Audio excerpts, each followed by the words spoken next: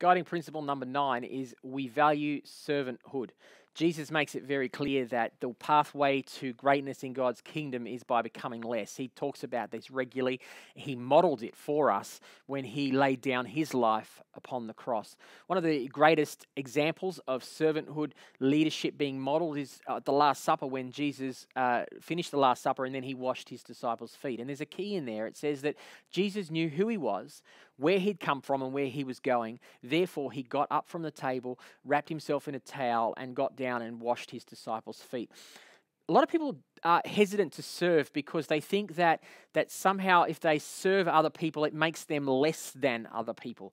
And we all battle with this in some degree. Even if we know it up here, we don't always know it in here. It's a journey from the head to the heart that takes a lifetime to master, really.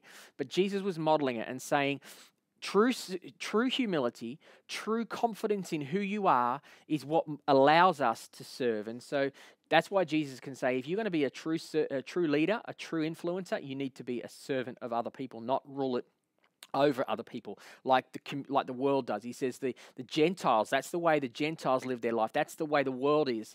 The world rules over others, but as servant-hearted leadership means that we serve others. We lay down our lives. We put ourselves out for other people. So we value servant leadership. Our first service is to Christ. 1 Corinthians chapter 6, 19 and 20 says that.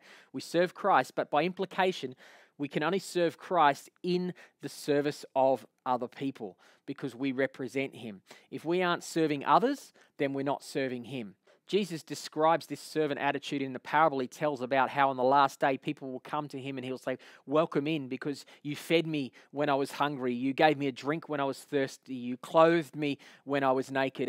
And the people will say, Lord, when did we do that to you? When did we serve you that way? And Jesus will say, whenever you saw another person, whenever you did it for the least of these, whenever you fed that person, whenever you clothed that person, whenever you satiated the thirst of that person, you did it to me. So servant leadership requires that we serve Jesus by serving other people. They go hand in hand. And so we value servanthood.